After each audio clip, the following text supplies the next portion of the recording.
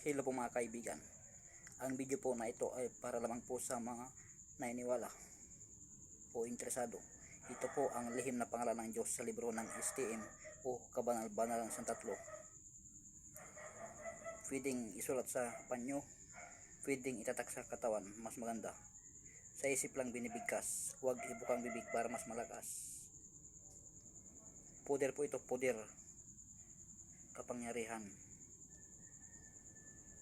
Ito po ang lihim na pangalan ng Diyos sa libro ng STM. Marami ang lihim na pangalan ng Diyos sa STM o Kabanal-Banalan sa Tatlo na ginawa ng infinite Diyos nang wala pa ang mundo, na kanyang kasama nang wala pang mundo. Marami ang ginawa niyang espiritu at ang kanilang pangalan nandito lahat. Sa kanyang pakpak ay nakasulat ang mga lihim na pangalan na kanyang ginawa at ang mga orasyon na ginamit nila.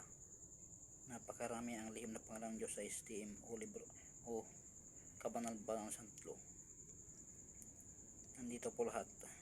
Kaya sa mga interesado, subscribe na po kayo para sa susunod na i-upload ko ay malaman nyo agad, dahil marami akong i-upload na lihim na pangalan ng Diyos na galing sa libro ng STM o Kabanal-Banalan sa Tatlo.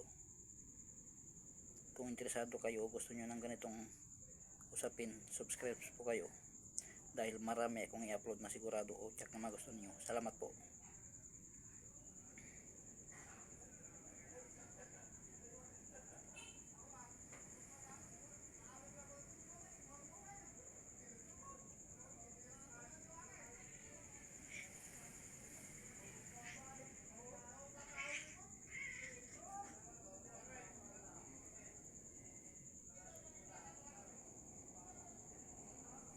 Ang STM po ang isa sa pinakamalakas na libro sa larangan ng espiritual.